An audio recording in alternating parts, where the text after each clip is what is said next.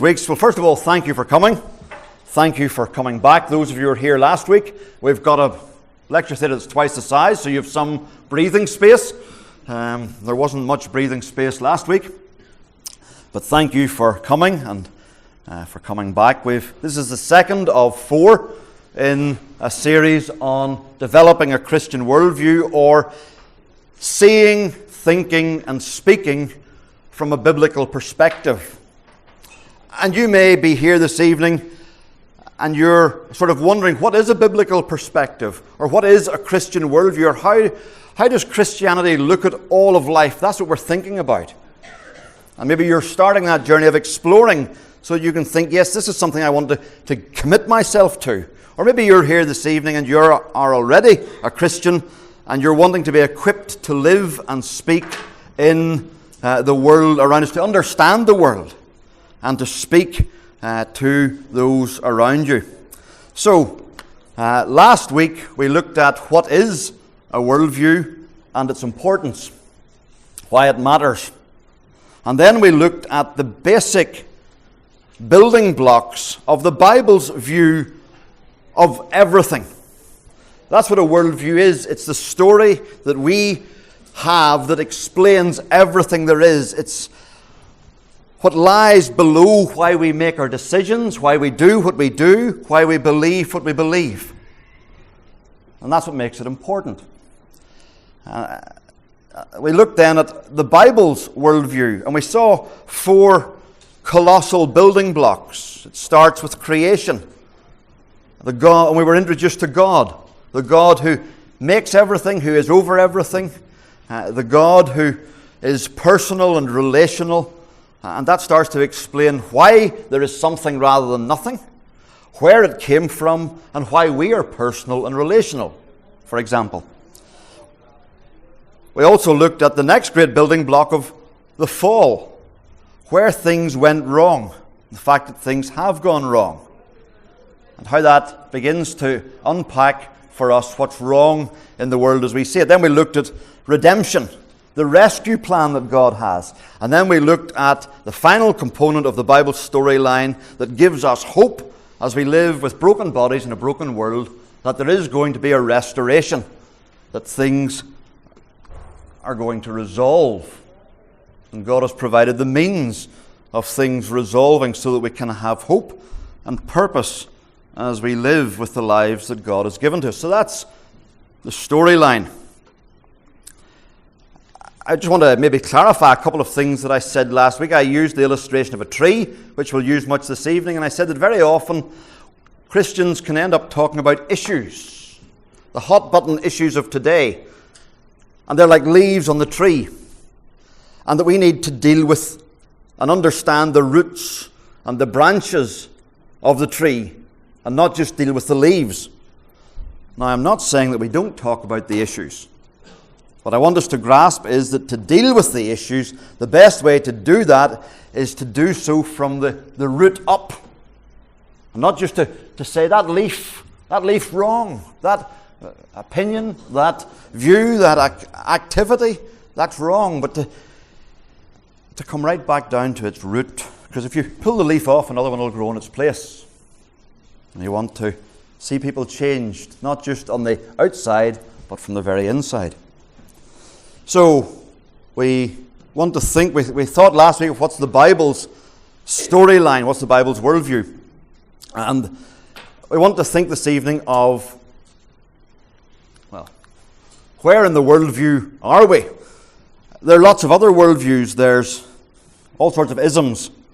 Materialism, communism, spiritualism, postmodernism, rationalism, deism, and if you're not bored, I am listing those. And imagine if we were going to work all through those this evening. There's a chart.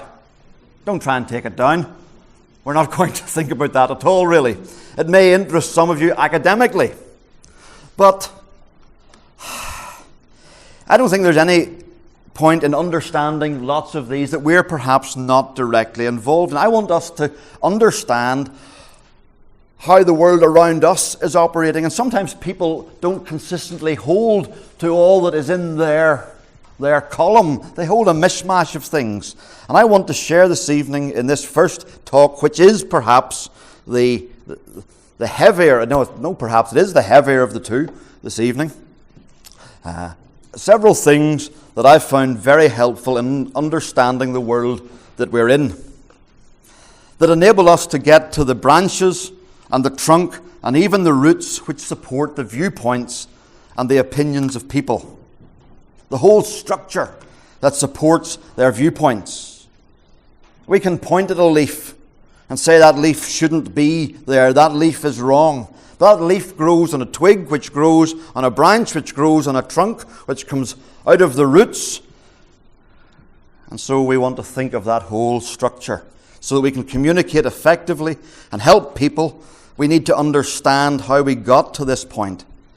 So that what might seem self-evident to somebody who holds to the Bible's worldview seems completely bizarre or even bigoted to others.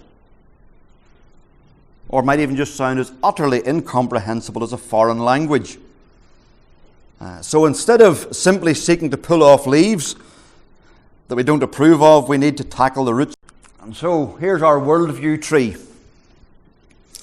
And we want to think first of all of the roots, and then the trunk and the branches, and there's the leaves. There's worldview, there's values and beliefs, and there's actions and opinions. And so we want to think at the level of these two. So first of all, the roots. The roots of what a lot of people around us, the opinions that they have and the leaves that they have come out of roots that go very deep. And those roots are about eradicating the evidence for God. That's not a personal comment on individuals. That's where we're at in society. There's an Old Testament scholar, John Oswalt, who said there are only two worldviews, the biblical one and the other one. And that's not being smart alecky, it's just a really helpful thing in light of the previous chart that we saw, in light of the multitude of views. And they can all be summed up in one helpful concept. And that concept actually comes from this book here, The Other Worldview. And the writer in it, Peter Jones, says, I sometimes say that if you can count from 1 to 2, hands up, we can manage it. We can count from 1 to 2. Okay, good, we're awake, good. If you can count from 1 to 2, you can be a theologian. If you want to be a Christian theologian, you need to get to 3, because 3 is in the Trinity. But this is what Peter Jones is, a Christian theologian. He says, the terminology of 1 and 2 will drop you at the very nerve center of the culture. Wow. That's interesting. I think that's exciting.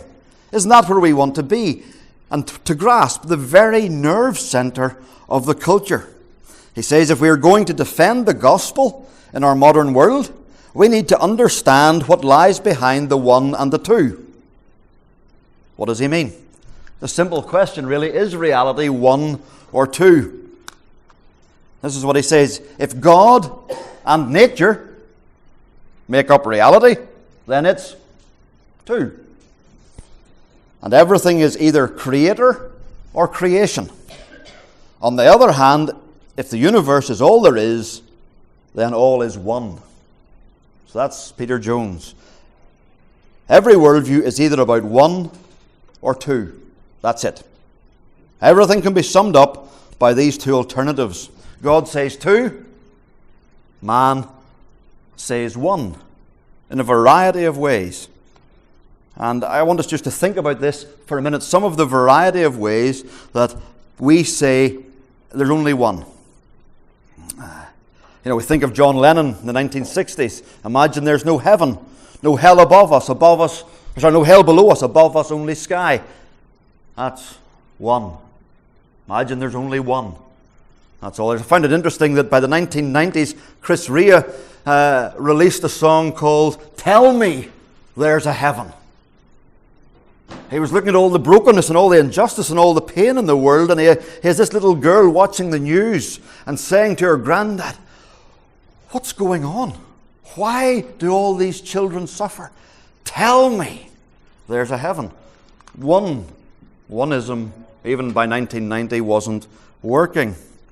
And you see, if there's no God, then there's no law.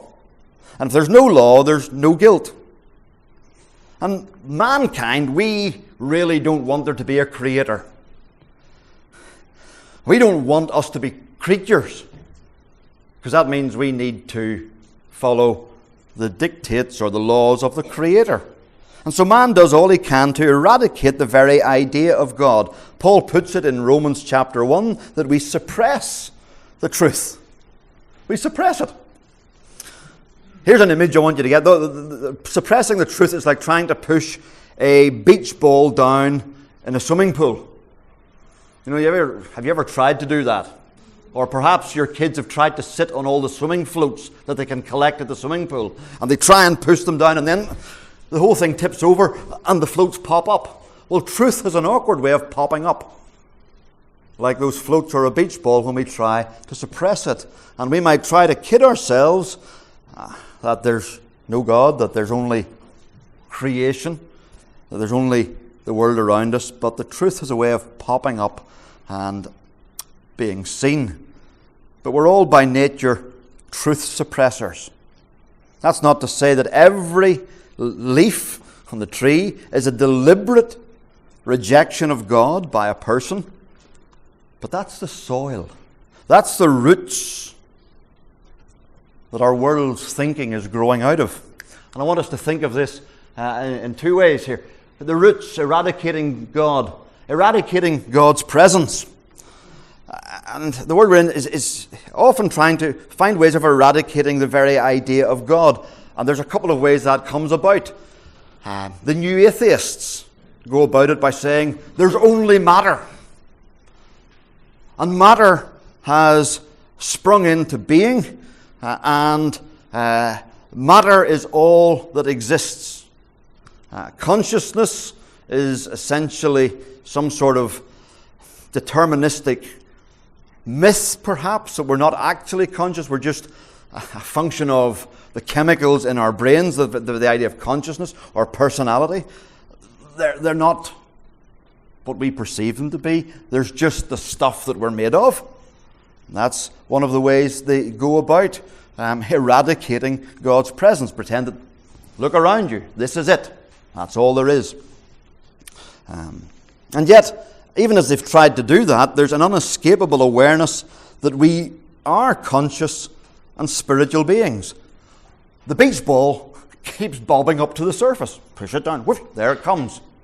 And, for example, Thomas Nagel is an atheist, a famous philosopher and writer. He says, something more is needed to explain how there can be conscious, thinking creatures.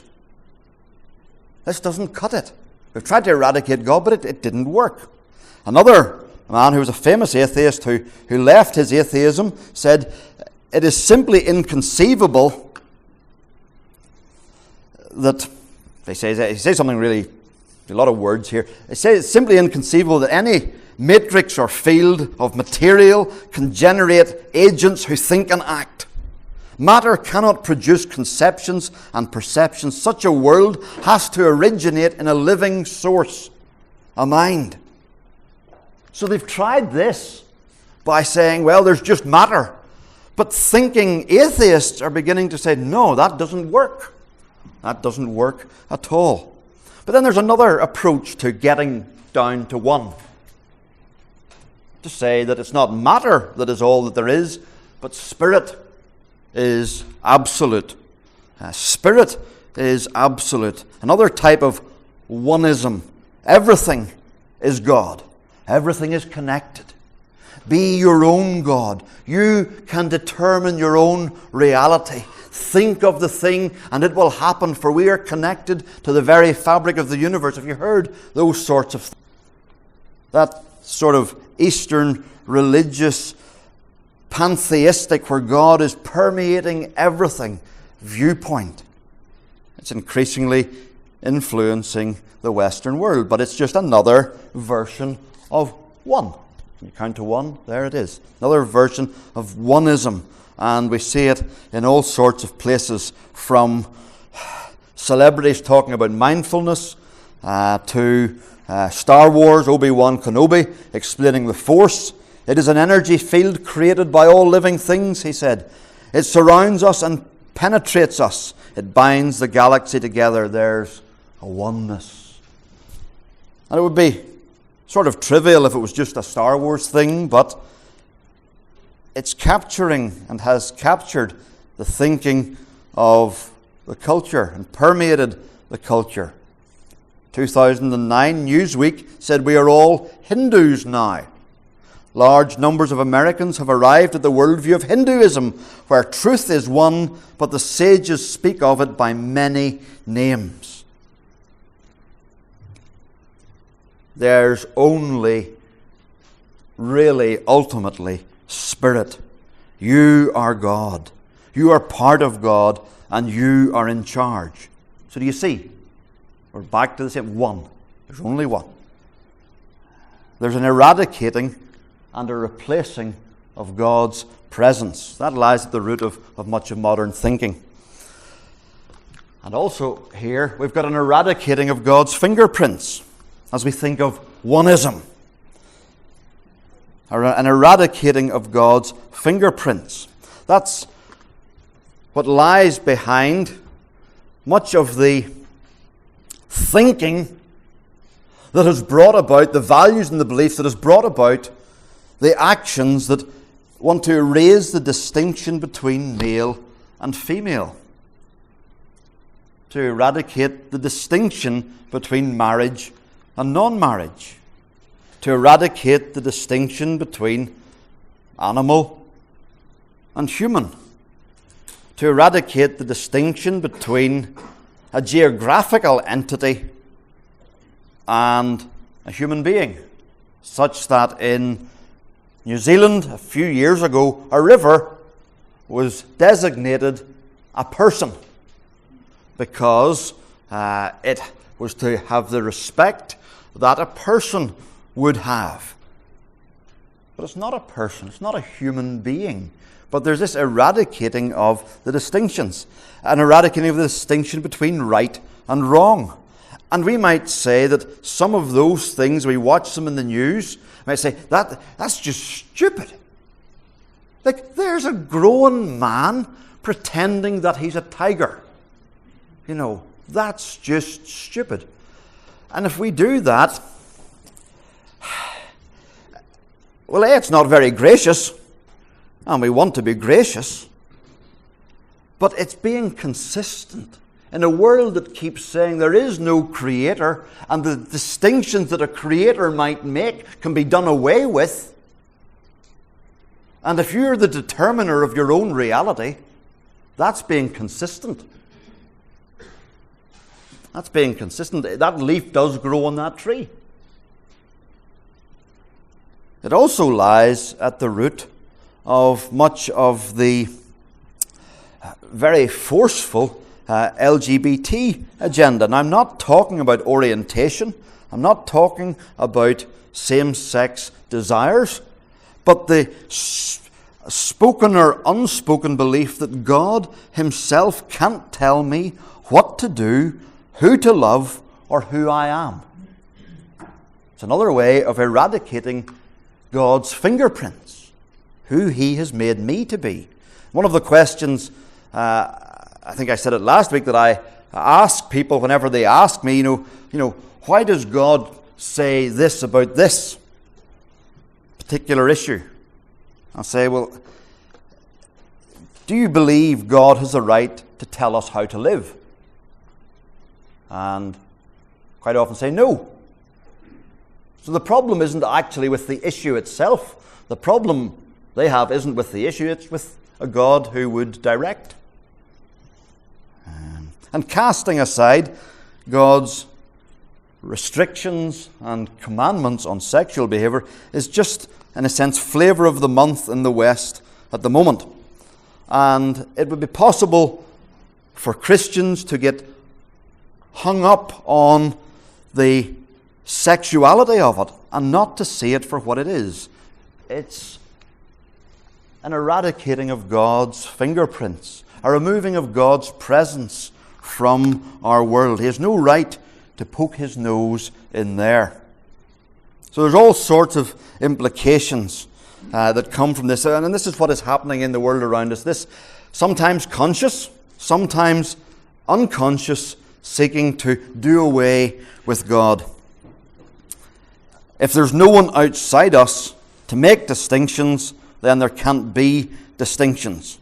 And we therefore can't allow there to be any distinctions, because distinctions admit an other, a being who isn't us and who would make distinctions. And no account can we allow that is at the root of this. It lies at the root of much of the most progressive and at the leading edge of the arguments for abortion. You can show all the pictures you like of how well developed fetuses are, but for many the main argument boils down to, in a sense, no one will tell me what to do, especially God. My body, my choice isn't helped as an argument by saying, no, actually there's another body in there. The issue isn't science that's up for debate. The issue is autonomy. Does God have the right to tell us what to do? No, he doesn't. So let's write him out of our story. So, this is why pulling off the leaves of the tree of unbelief doesn't work. It's not tackling the root, and we want to learn to tackle the root. Now, just before we move on from this, and that's the biggest section in this bit, I want us to note, and I think it's important, there's a difference between pastorally or caringly dealing with an individual and dealing with ideas. An individual wrestling with an issue may not be personally seeking to erase God's fingerprints from their lives, but they may have bought into lots of the argument and the rhetoric of the world around them that is coming from a desire to erase God from society and our thinking. And people find themselves caught up in a culture war, not necessarily fighting it, but victims of it, believing the propaganda. So we need to see what's at the root here. An eradicating of God. And that's something that comes out of Peter Jones's book. So that's the roots. Secondly, another idea that I found helpful we'll call the trunk of the tree. The trunk of the tree.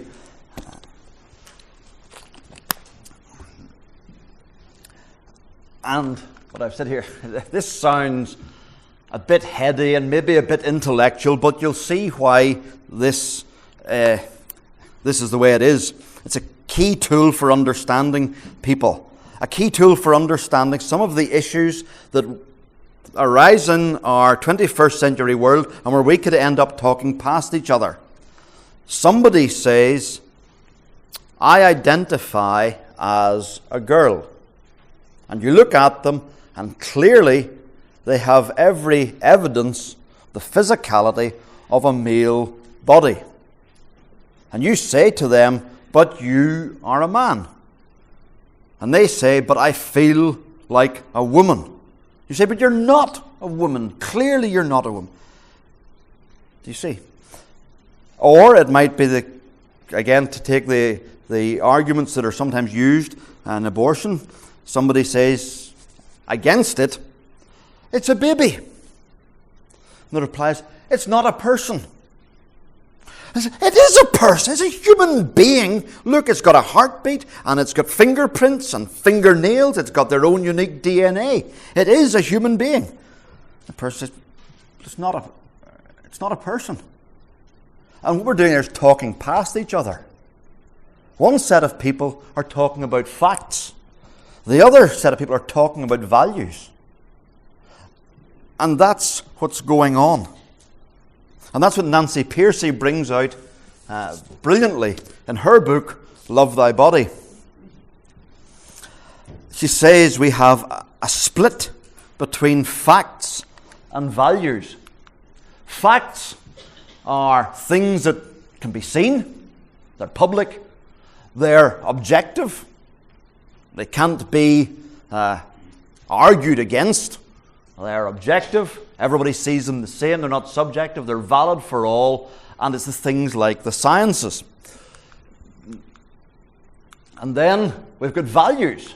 Values are private, they're internal, they're subjective, they're relative, and in many ways the arts capture the idea of values.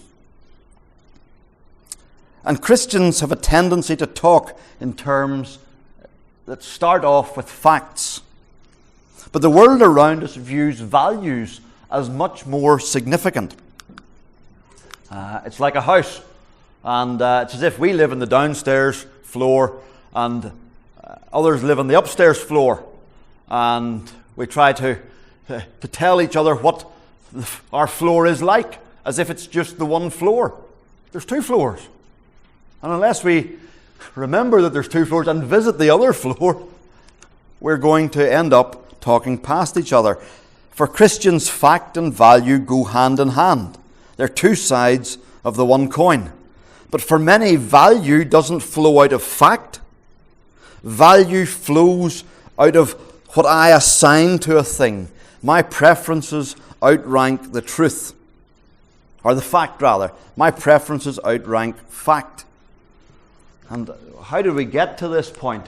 How do we get to this point? Well, I'm not going to go through the history of things terribly much, but simply to say, way back at the time of the Enlightenment, the big emphasis was on science and facts and things that were testable and measurable. And there's a reaction by what was called the Romantic movement, poets and artists and thinkers. And they had a big emphasis on feelings and value and freedoms. And those two trains of thought started to diverge back sometime around the 1800s, and they've been separating ever since. And today what we've got is the triumph of the upper story over the lower story. The triumph, as it were, of the poet over the scientist. And so we live in a world where a pro-choice person can admit it is human, that is indeed a fact. But it isn't a person, that's a value. And that wins. Here's another quote in the same line. It might have biology, science and fact, but it doesn't have biography. Do you see? That's from here. And or we could take it to another area where a person, this is a world in which a person can say, I know I have male genitalia, that's a fact, but I feel I should be a woman. And bodily fact has been trumped by what the mind believes or places the value on. And the body becomes secondary to the mind. The body always becomes second to the mind. Actually, it's an old thing. There's a thing even in Bible times called Gnosticism, where the mind and the spirit was all that mattered. And matter didn't matter. And here we are back in the similar position. And here's an evidence that it's the mind always triumphs at the expense of the body is we may hear someone say, I am a man trapped in a woman's body. Therefore, I need to modify my body.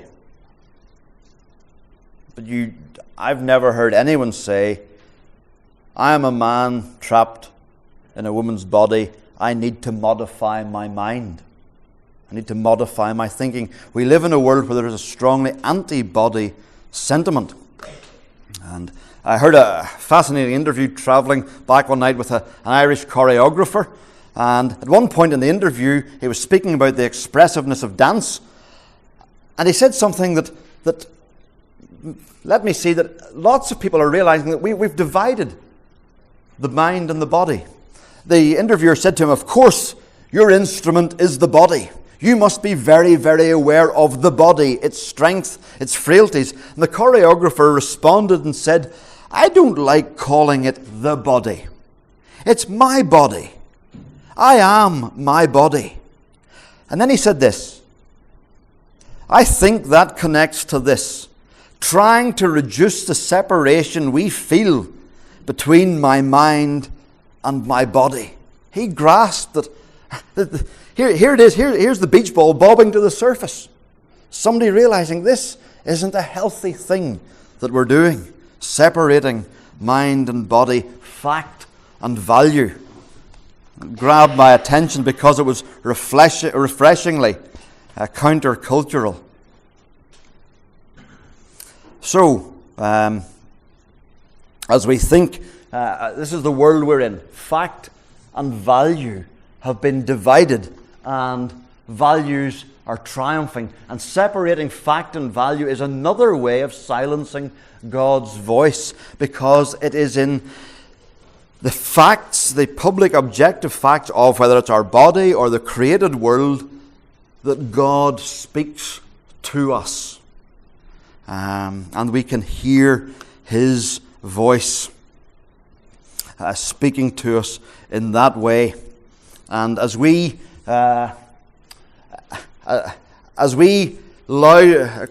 up the volume of feelings and value, what that allows us to do is to not hear what God is saying to us in the facts that are around us. And so Christians need to be proficient at speaking both of facts and values and joining. But our world is trying to separate. And just an example of that. Whenever somebody is perhaps, even one of the things I say to pupils in school, I say to them, you are valuable in my eyes. Not because of how you see yourself, or not even because of how I see you. Not because of some value the school puts on you, or because of some value society puts on you. You don't even have to earn your standing in my eyes. You are valuable because you are made by God. You are valuable because you are made by God. You are His unique artwork, and that makes you valuable from the start. We're saying value is rooted in the facts of the Bible's worldview. So, this is something we just need to hold. This is what's happening in our world. There's been a division of fact and value, and if we forget that, we end up talking past each other. And then the third one, and this is the final thing, the branches. The branches flow out of the trunk, and the branches are the primacy of feelings. It's a little bit like values, except taken up a notch. One writer, a man called Carl Trueman, said, you can't argue against a lot of this stuff because it hasn't been argued for. It hasn't been argued for. And that's true. And I would add to that, what it has been emoted for. Stories are told. Emotions are whipped up. Think of how reason has been abandoned in public debate, and story and emotion has become the key thing. And we live in a world where feelings have been given absolute primacy. Feelings win. Feelings, our truth is trumped by feelings. And we need to grasp that. We see it in a phenomena that our young people experience when they're unwilling to hold an idea because it hurts another person's feelings. Hurting somebody's feelings has almost come to equal, it must be a wrong idea. That can't be true because it hurt feelings. And this isn't something to mock at or to ridicule. This is the air that has been pumped into the atmosphere of our world for years. The truth is trumped by feelings because we don't want to hold an opinion that hurts others. And we've moved from a fact-based world to a feelings-based world, not just a value-based, but feelings-based. And people get their identity from their feelings. And again, this has all been tracked, not even by Christian writers, but by secular writers. There was a man called Philip Reith. He set out different stages of Western civilization. He said there was, first of all, political man. Back in the times of Athens and Rome, where man got his identity by belonging to the city and being part of the city and the civitas, civilization. And that's where he got his identity. I'm a Roman citizen. And he was proud of it. Or I'm a Greek citizen. I'm a citizen of Athens. And then, after that, it became religious man, where man got his identity around the Middle Ages from his religious belonging to a religious community and his religious grouping. And then that was followed by the Industrial Revolution, where there was economic man, where he was defined, he got his identity from his work. And then Philip Reith, writing, as far as I can remember, the 1940s and 1950s, said, psychological man is coming, where man is defined by his internal view of himself and his happiness, as if man is curved in on himself. Who am I? And he looks inside, this is who I am. This is what makes me happy. And that's been going. And the air that we breathe for decades. And so we hear things like, I was no longer happy in my marriage. I was no longer happy as a man. This was from an article in the paper a few years ago, life had no more sparkle for her as this 50-year-old socialite took her own life. Somebody else, I was no longer happy as a human. And we could ridicule these things, but these are real people made in the image of God. And our world has trained us to believe that we get our identity from what makes us happy, and we are only valuable and worthwhile if we are happy. And we've made feelings our God. Way back, again, shows my age, I think it was Sheryl Crow sang in the 90s, if it makes you happy, it can't be that bad. And happiness was made the arbiter of everything. And everything is expected to fall to the claim. But if a person isn't happy, maybe you're thinking this evening, yeah, and? Maybe shows us, if that's our reaction, that we have breathed in this air a lot and it has influenced and affected us more than we realize.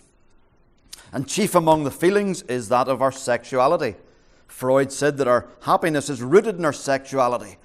Oh, and now do you see how the primacy of our feelings has caused us to anchor our identity in our happiness, in our sexuality?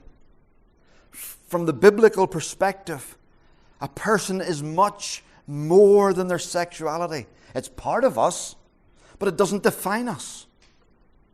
It doesn't define us.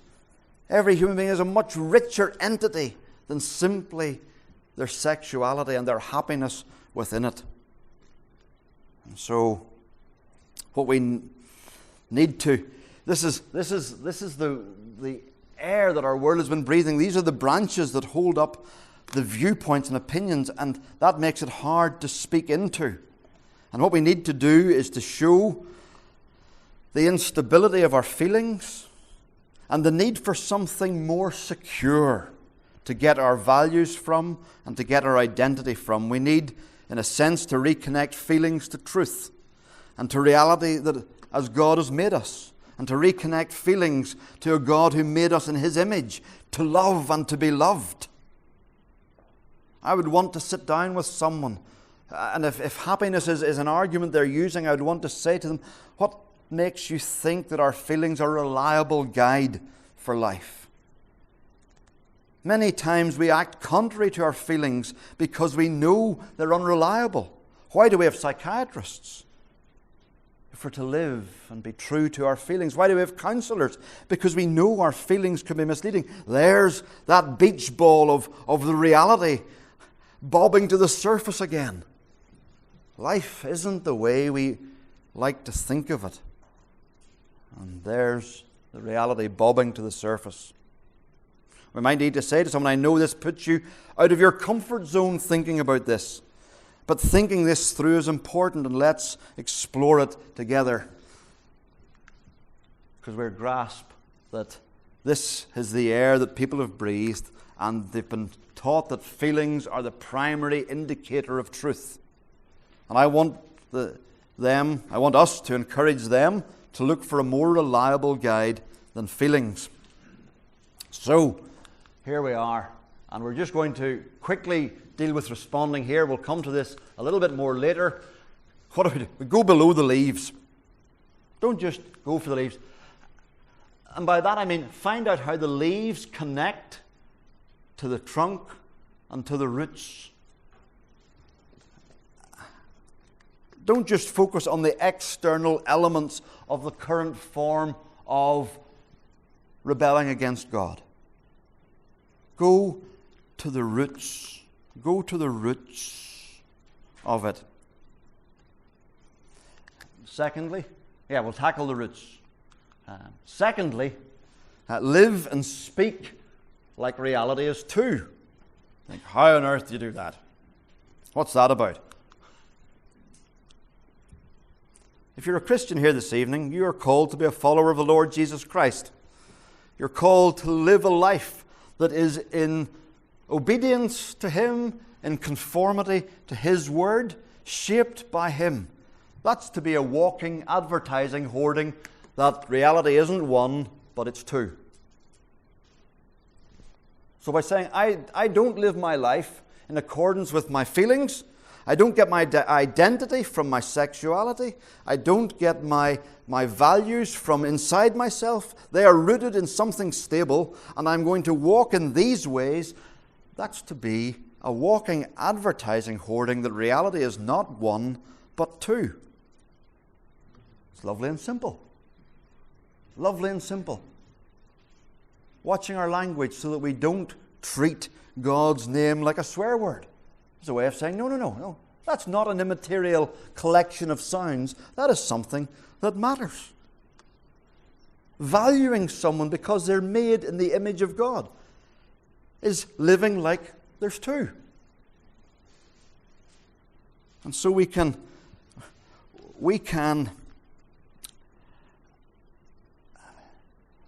as we engage in what the Bible would call holy living, as we seek to do that, we become, as one writer puts it, an outpost of hope in a onist world. An outpost of hope in a onist world. Another way of living like realities too is convey that we are made by and for something bigger than this life. If we're just pursuing the same little planet-bound goals as everybody else, and we are caught up into the rat race of this world, or we live like climate change is the ultimate and total disaster and is going to destroy the planet, and that there is no hope for the planet beyond that, or that nuclear holocaust is going to destroy everything, and we are caught in the same fears or the same goals as everybody else, then we are not conveying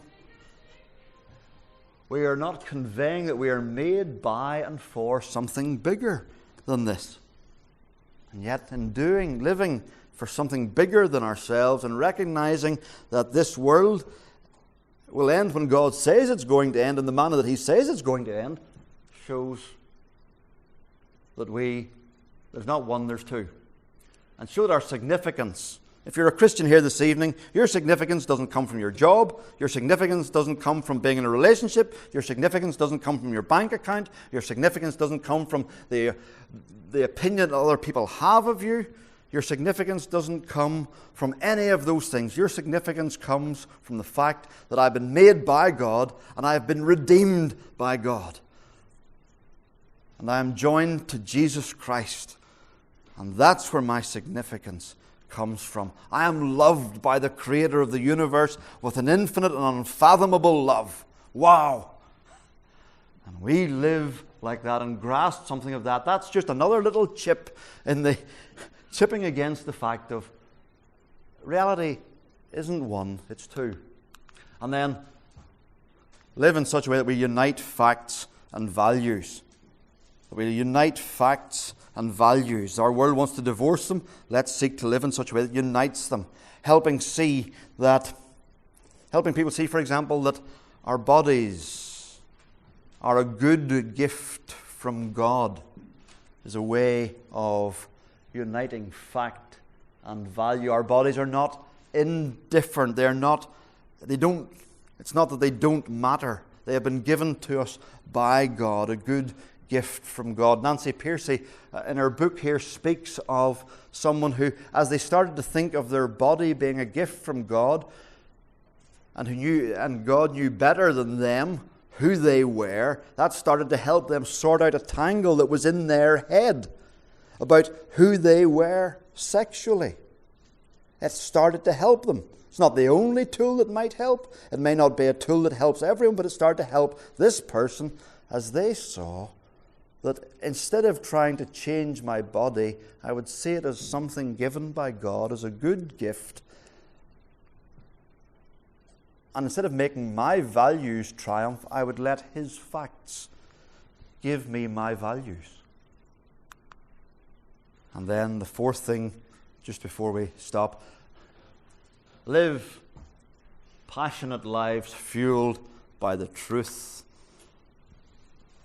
We are not, whenever we say that the world around us gives a primacy to our feelings, we're not saying that those who have a biblical worldview should be robotic automatons. No. We have the truth that not only sets us free, but fuels us to delight in every single thing. We talked last week about delighting in living in the 21st century when you can enjoy all sorts of different foodstuffs. It's not just that we're left with a simple diet. We can enjoy the vast range of flavors and textures and foods from all over the world. And letting people see, and that's just one way that we can live lives that are fueled by joy that outlasts cancer diagnoses, joy that outlasts bereavement, joy that isn't rooted in how I feel about my circumstances, but joy that comes from deeper truths than my mere circumstances. Because I know the Creator of the universe, and the Creator of the universe has rescued and redeemed me, and I have hope because all things are going to be made new, and because of Jesus, I'm going to be part of the all things being made new. And man, if that doesn't put a smile on our face, I don't know what does. And people can see that we are not devoid of feeling, but we are not victims of our feelings.